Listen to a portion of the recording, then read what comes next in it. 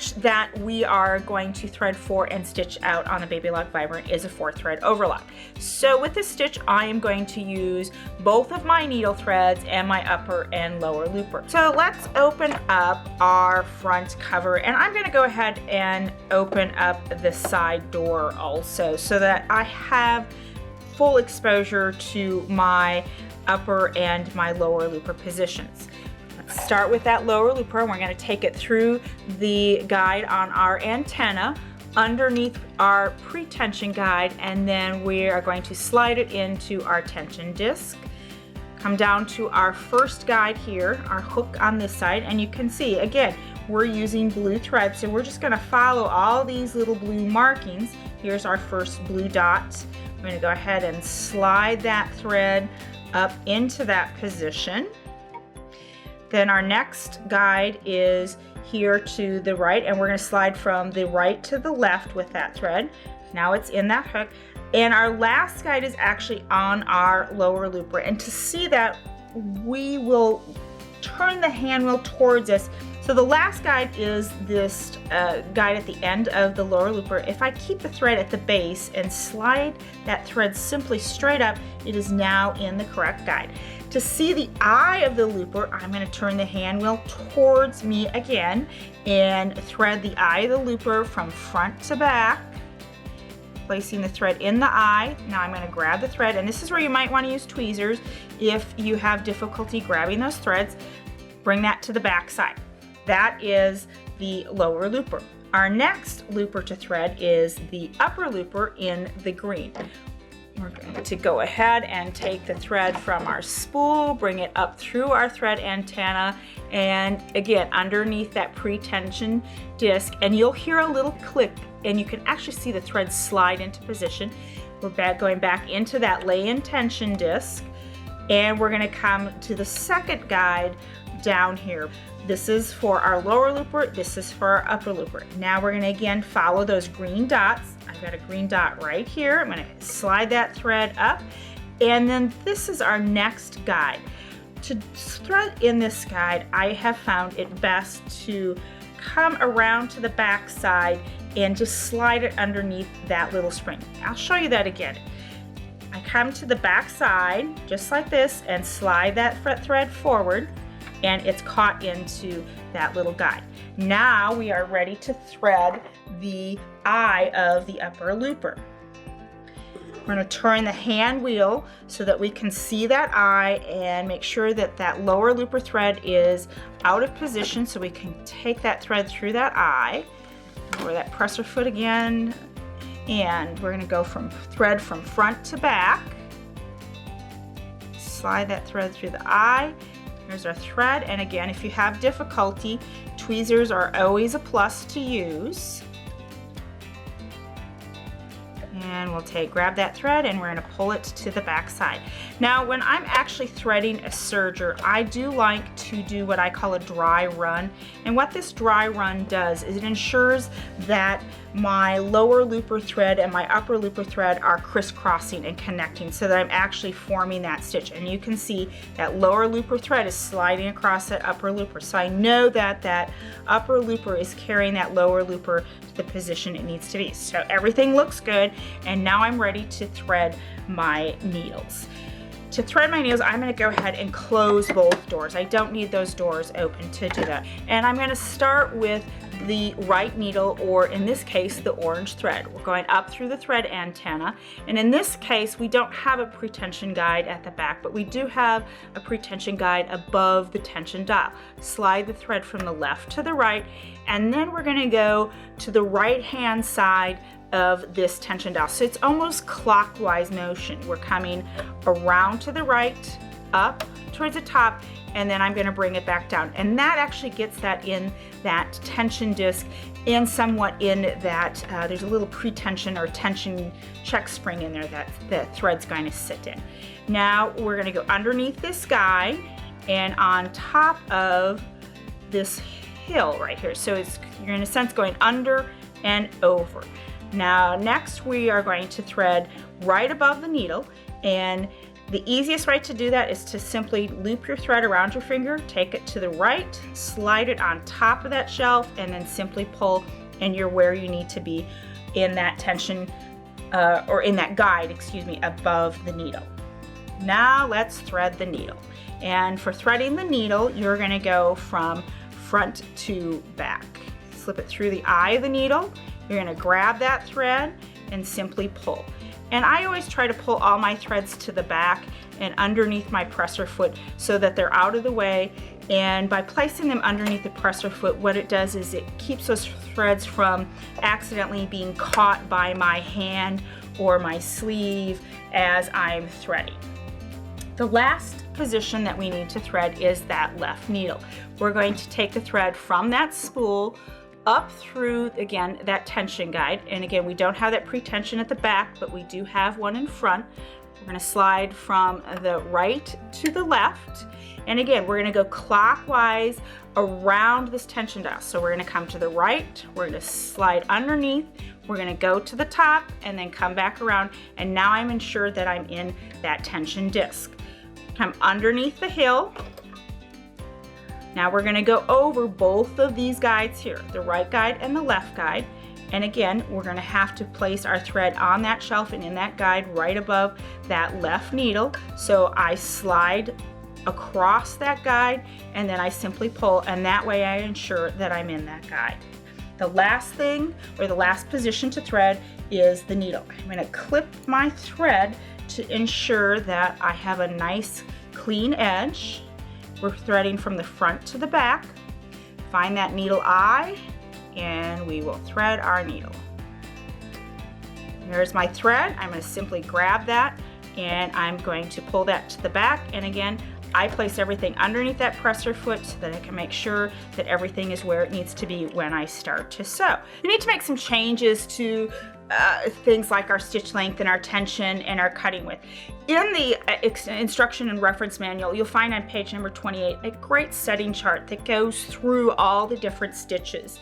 It actually shows a picture of what those stitches are, and it tells us what our thread numbers are.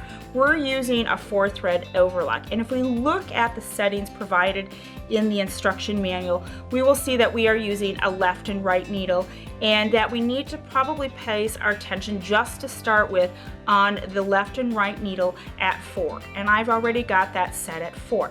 It also suggests that I place the upper and lower looper tension also on 4. Again, these are starting out points. Depending upon the thread or the fabric that you're using, you may have to adjust those tensions, but it's always good to have a start point or a reference point.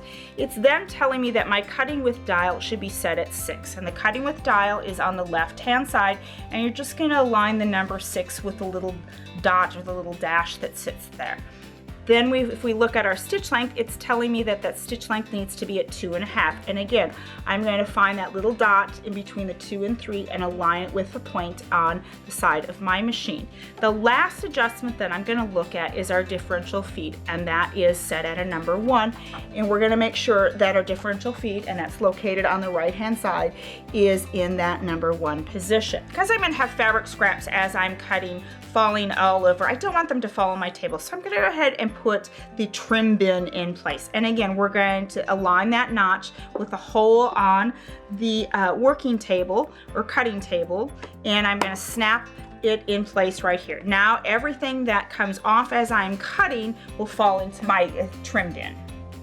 The first fabric we're going to start with is a woven, actually this is a piece of denim, and because this is a serger, I don't have to lift my presser foot up and slide my fabric underneath. I can simply go ahead and lift that toe up to the edge of my knife, and I'm aligning the edge of my fabric with the edge of my working table or table, and I'm going to go ahead and start sewing. And you can see that as I'm stitching, it is trimming my fabric, and as I come to the end, that fabric scraps fall in that trim bin, and now I'm at the end of my seam. Now you go ahead and use a scissors to cut this thread tail here, or I can simply use the built-in thread cutter. You'll notice this little lever here on the inside right hand side of the machine. If you press that lever down, you'll see that this little blade comes up. This is actually the thread cutter.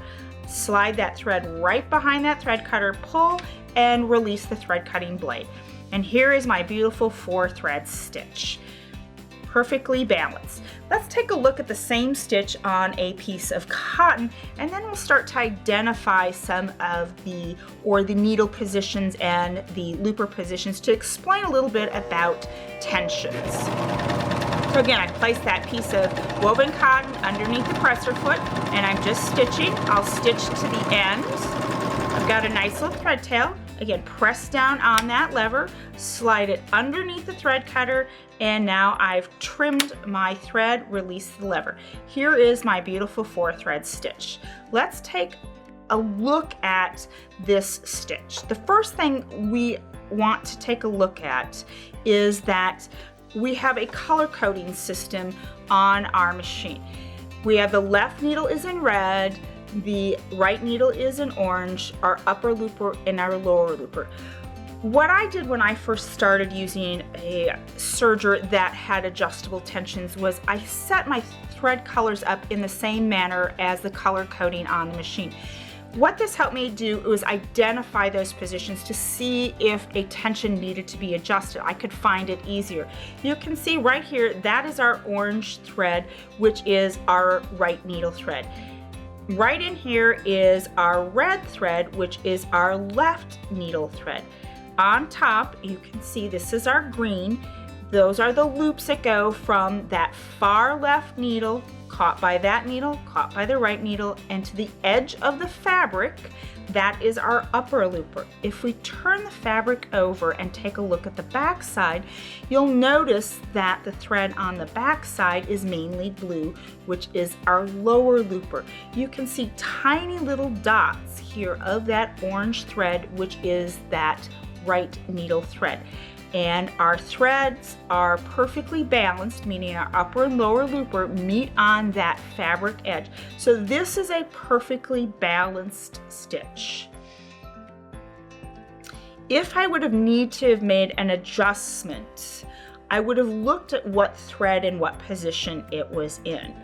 For instance, if my upper looper thread, which is the green, had crawled to the backside or appeared on the backside, that would tell me that this tension was a little too loose. So what I would probably do in that case is I would tighten that tension so that it would pull that upper looper thread back to the front.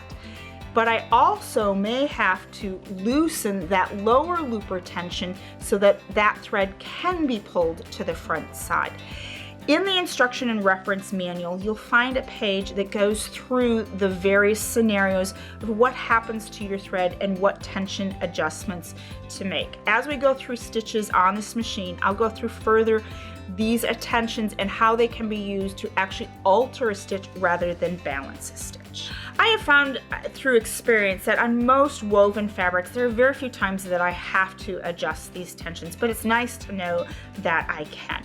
Now let's take a look at a knit fabric. I'm going to go ahead and put these tensions back to the standard or recommended setting. This is a knit fabric, and I'm going to play with this and see if I would need to adjust the tension for any reason going from a denim to a woven to a knit. Again, I placed my fabric underneath that presser foot, and I'm going to go ahead and just stitch on down the end of the seam. As I come to the end, I'm going to engage the thread cutter, pull my thread through that thread cutter, grab that extra thread, and then release the thread cutter. And now I'm going to take a look at my stitch. And again, that is a perfectly balanced stitch. I'm seeing that upper looper thread, which is green, on the front side.